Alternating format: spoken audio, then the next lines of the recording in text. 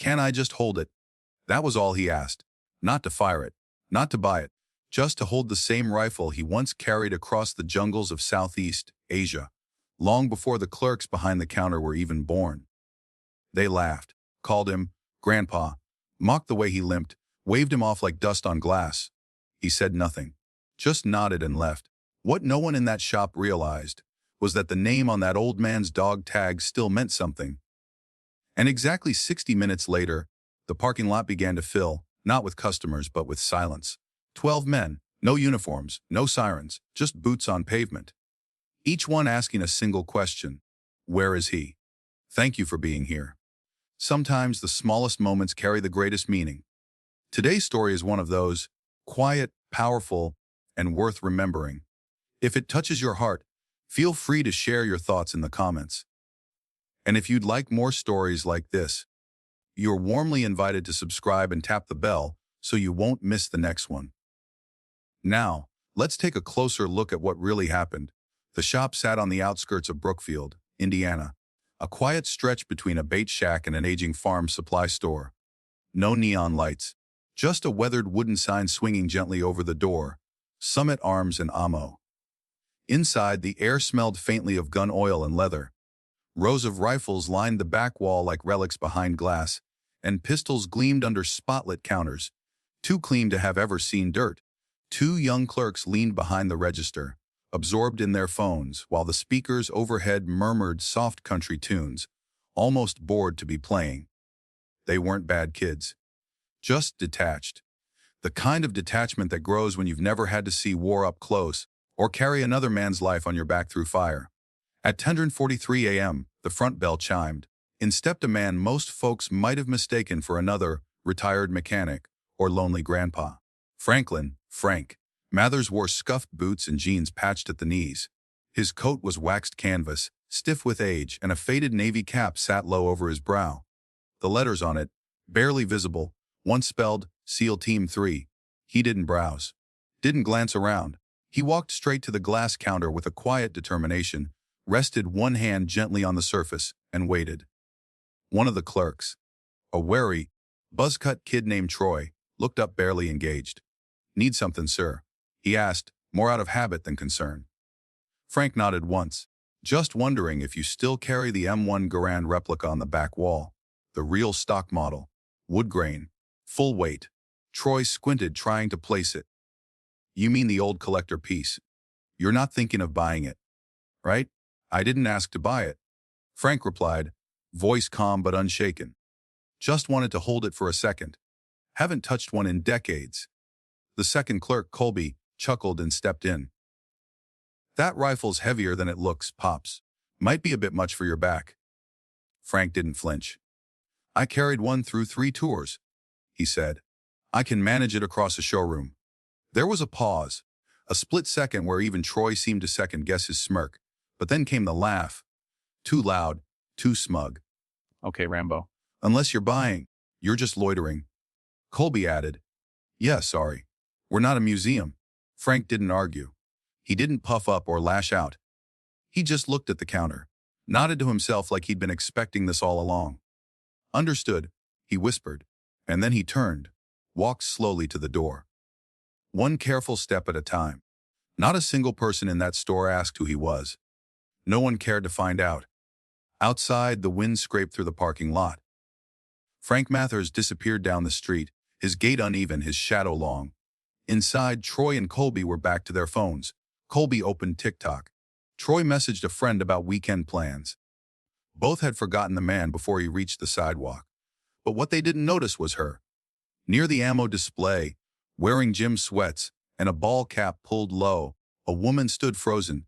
She had watched the entire exchange without a word. When Frank walked out, so did she. Quiet, measured.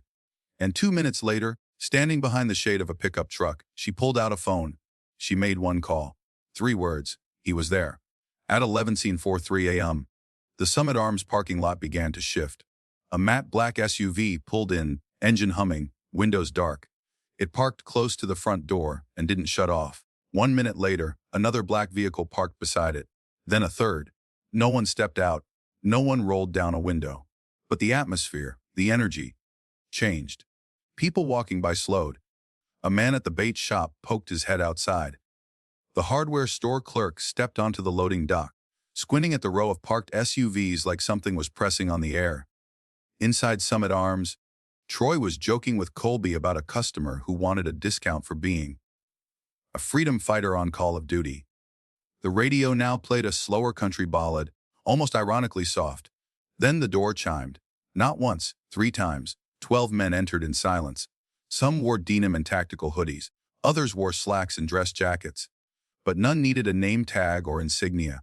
The way they moved, slow, deliberate, in formation, was louder than any introduction. They spread out into a semicircle around the counter. They didn't speak. They didn't need to. Troy looked up from his stool behind the register, still grinning. "Welcome in, gents. Looking for anything specific today?" Then he saw their faces. His grin vanished. 12 men, stone silent, eyes locked on him. Not hostile but unshakably focused. One stepped forward, the oldest among them. Silver hair, chiseled jaw, rows of ribbons on his chest, and on his collar, the unmistakable seal trident pin. "An hour ago," the man said evenly, "one of us walked through this door." His voice wasn't loud, but it felt like the ceiling dropped. Colby shifted nervously. "Sir, I think there's a misunderstanding." The man didn't blink. He didn't come here to be honored. He didn't ask for recognition. He just wanted to see a rifle. One he hadn't touched since the jungles of Da Nang. He stepped forward and placed something on the counter. A folded patch, blackened, scorched at the edges, frayed like it had been sewn and resewn a dozen times. "Hey, pulled this off my uniform in Helmand," the man continued. "Carried me out on foot. 22 hours. No backup, no medevac. With a hole in his side the size of a baseball." Troy's mouth opened, closed. He looked like he might be sick. "He never told anyone about it," the SEAL said. "Never asked for thanks. But today, when he walked in here, you treated him like a problem." The silence was now a pressure in the room. No music, no chatter. Even the air vents seemed quieter. Another SEAL stepped forward and placed a photo on the counter. 8 men, caked in dust, half smiling, arms slung over each other's shoulders. In the center, younger then, but unmistakable now, was Frank Mathers. The young clerk whispered, "I didn't know." The SEAL's jaw tightened. "Exactly. You didn't ask." Then he turned. The others followed. 12 men walked out in the same stillness they had entered with. The bell above the door jingled 3 times. And then, nothing, no speeches. No justice served, just a silence heavier than gunfire. It didn't make the evening news, at least not yet. But something had shifted in Brookfield. People didn't quite know what they were feeling, only that something had happened. Something worth pausing for. A teenage boy walking his dog past Summit Arms noticed the row of black SUVs.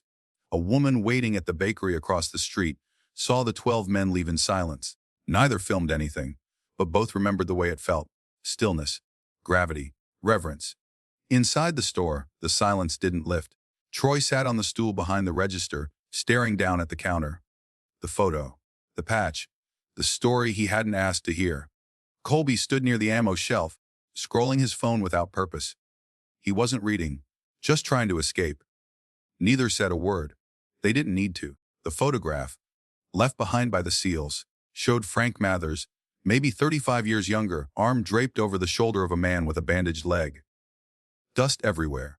Faces hardened by sun and survival. No smiles, but a kind of worn-out warmth between brothers who had bled together. The caption on the back simply read, "Champ Echo, Southern Afghanistan, July 2003. At 1:12 p.m. the photo made its way online. A customer named Lee Gonzalez, who had walked in just as the SEALs were leaving, snapped the photo of the photo. No filters, no edits. She posted it in a local Facebook group for veterans and their families with a caption that read, "I don't know who this man is. But today, 12 Navy SEALs came to stand for him. They said he carried them." Now they carried the silence. The post spread like a quiet fire. At 1:45 p.m., it had been shared in 3 national veterans forums. At 20:10 p.m., someone in the comments dropped a name, Franklin C. Mathers. A new comment appeared every 30 seconds. "He was my uncle's CO in Iraq. Saved my brother's unit during a night ambush in Panama. He never talked about it, but we always knew he was different.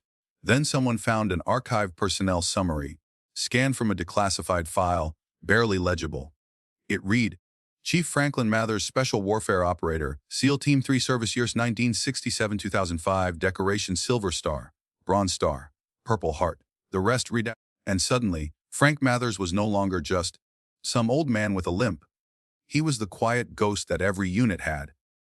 The one who never gave an interview, never published a memoir, but whose name lived only in the mouths of those who'd served beside him. By 3:00 p.m., the local station picked up the story. The headline read, 12 SEALs walk into Brookfield gun shop. For one silent hero, it wasn't clickbait, no drama. Just facts. An older veteran was mocked by staff. An hour later, 12 SEALs arrived, not to protest, not to shame, but to stand. The article ended with a single line. He didn't ask to be recognized. But someone recognized him anyway. At 4:05 p.m., the shop owner, Mr. Watergriggs, returned from an out-of-town meeting. His phone had buzzed 19 times. By the time he stepped through the door, the scorched patch had already been sent to him by 3 different contacts, including his own brother, a retired Army Ranger.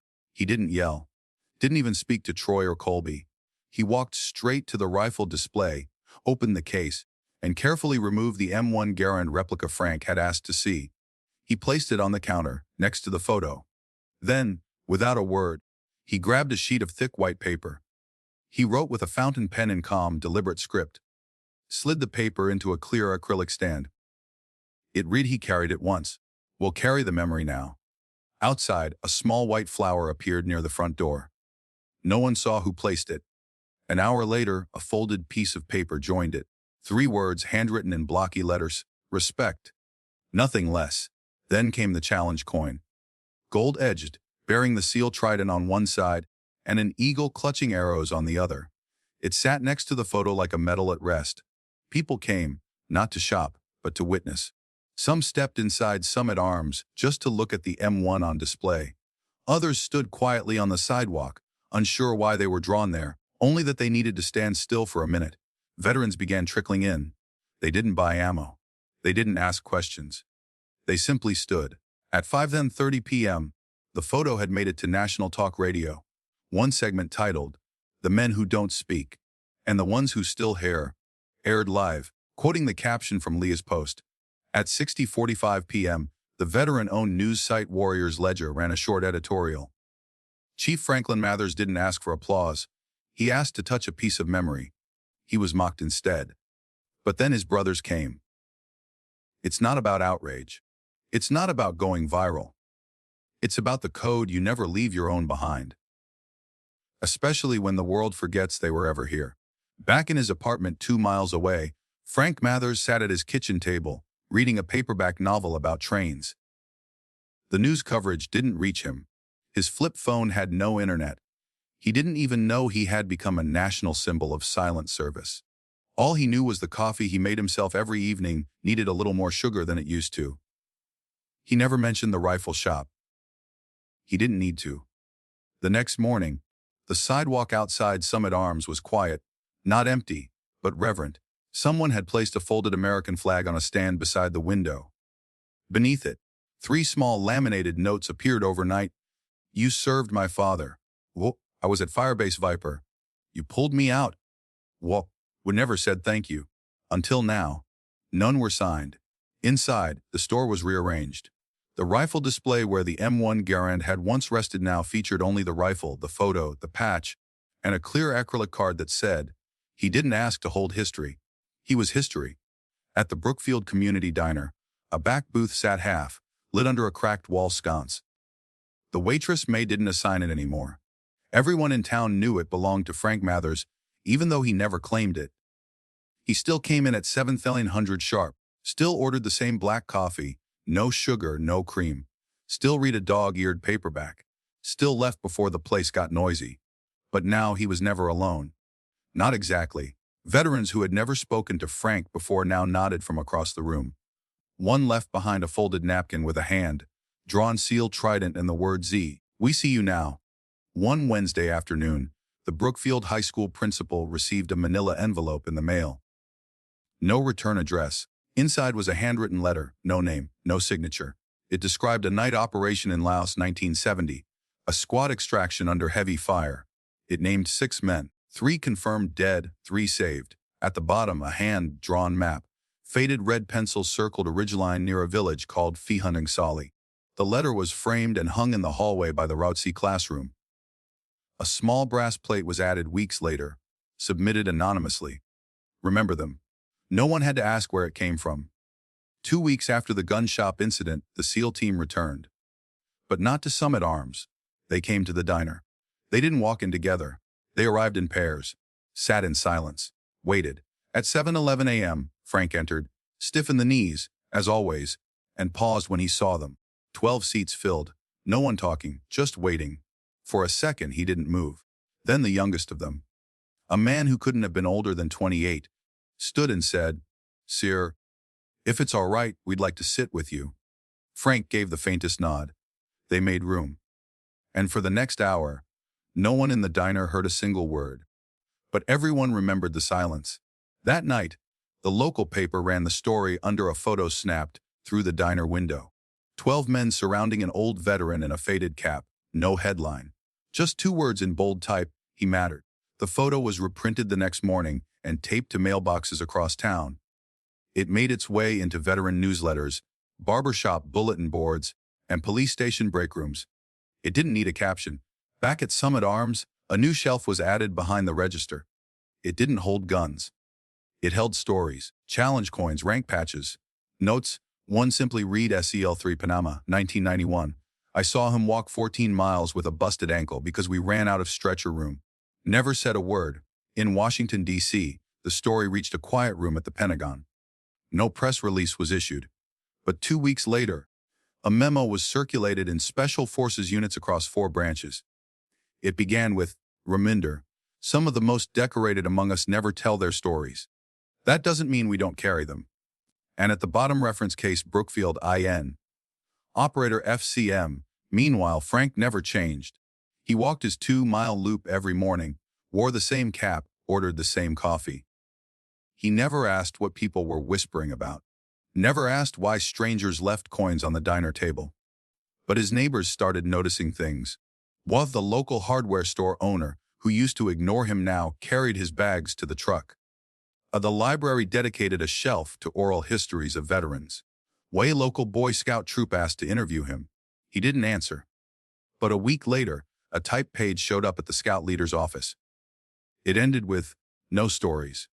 Just names. Never forget them." And in the place where it all started, Summit Arms, people didn't ask for discounts anymore. They asked, who was the man in the photo? Is he coming back? Did he really carry someone for 22 hours? The clerks didn't know what to say, but they did know not to laugh.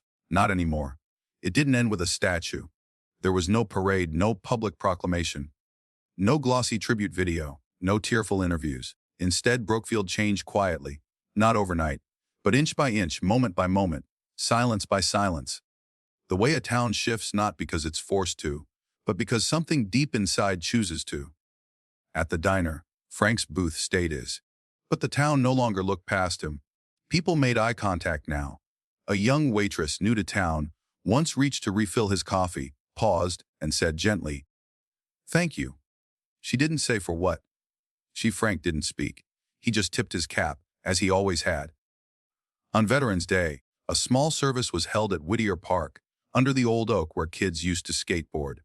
There were no fireworks, no marching bands, but a folding chair sat empty on the stage, a seal trident pin clipped to the seat back, and a laminated photo of Frank resting on the seat. Beside it, a framed page, for the ones who never spoke, and the 12 who did. The town stood for a full minute of silence. No one coughed, no phones rang.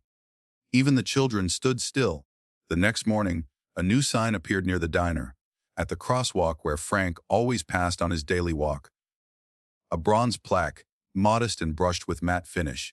Simply read, Chief Franklin C. Mathers Way. Silent warrior seen at last. Frank never acknowledged it. But he walked a little slower that morning, and for the first time in years, he smiled. At Summit Arms, the M1 Garand was still on display. Beneath it, the original note remained unchanged. He carried it once. We'll carry the memory now. Customers still came in. Some to buy. Most just to look. Many just to stand for a minute in front of the patch, the rifle, the folded photo. Some saluted. Some whispered a name, and some just closed their eyes, as if saying something inward, meant only for the man who once asked to hold a rifle, and was told he didn't belong. But he did belong. He always had. One rainy afternoon, Frank disappeared for a few days. Not that he told anyone. He simply missed his booth at the diner. The waitress, May, kept his coffee warm anyway. Just in case. He returned the following Monday, walking slower than usual. Same cap. Same coat. Same quiet. He slid into his booth like no time had passed. When May approached, he handed her something. A small wooden box. No lock, just a carved trident on the top. Inside, wrapped in faded cloth, was the burn patch the CL had left behind at the store. Beneath it, a note written in blocky letters. I didn't keep this for me. I kept it for them. May didn't ask what to do with it. She already knew. That evening, she walked to Summit Arms and handed the box to the owner. No words. He took it, nodded, and placed it beneath the display case, where it remains today. Frank Mathers passed away in his sleep 16 months later. No obituary ran in the national press. No camera crews came. But on the morning of his service, 12 black SUVs arrived again, just like before. No sirens, no fanfare, only presence. The diner closed for 1 hour. The shop locked its doors. Even the mayor came not to speak, but to stand. They buried him beside his brother in arms, in a small veterans' cemetery on the edge of town. The folded flag was placed on his casket, but not before one of the seals placed a photo inside, the same one from the shop, the one with 8 dusty men smiling under the desert sun. And one last note, folded between the flag's stripes. Some men don't ask for titles. They just carry the weight. You carried all of us, Chief. Now we'll carry your name. The silence that followed wasn't empty. It was earned. And maybe that's the point. That not every hero stands at a podium. Some of them limp quietly through town. Some are told they don't belong in the very country they helped preserve. And some never raise their voice. Not because they can't, but because they know they don't have to. Frank didn't speak up that day in the shop. But 12 men did, and now so do we. Some men carry their valor in silence, not in medals, not in speeches, not in viral posts. They walk among us, unseen, until a moment like this reminds us to look again. Frank Mathers never asked for recognition. He only asked to touch a memory, but in that quiet request, we were all reminded of something we forgot. That respect isn't owed by age, appearance, or words. It's owed by sacrifice, by service, by those who gave more than they ever claimed back. In a world too quick to judge by surface and too slow to mask, this story reminds us, don't wait until someone's gone to see who they really were. Give them their flowers while they still walk the sidewalk. Open your ears to the stories they'll never tell. And when you see an old man with a limp and a cap, don't look past him. He might just be the reason you're free. So now I ask you, have you ever known someone like Frank, a quiet veteran, a forgotten neighbor, a silent hero who never spoke up for himself, but changed everything for those around him? Write their name in the comments. Tell us who they were. Say what they never would. Because stories like these, they're not just entertainment. They're remembrance. They're our way of saying, we saw you. We remember. And we won't forget. If this story touched your heart, please subscribe to the Human Stories. This is why we exist. So that silence doesn't mean invisibility. Not anymore.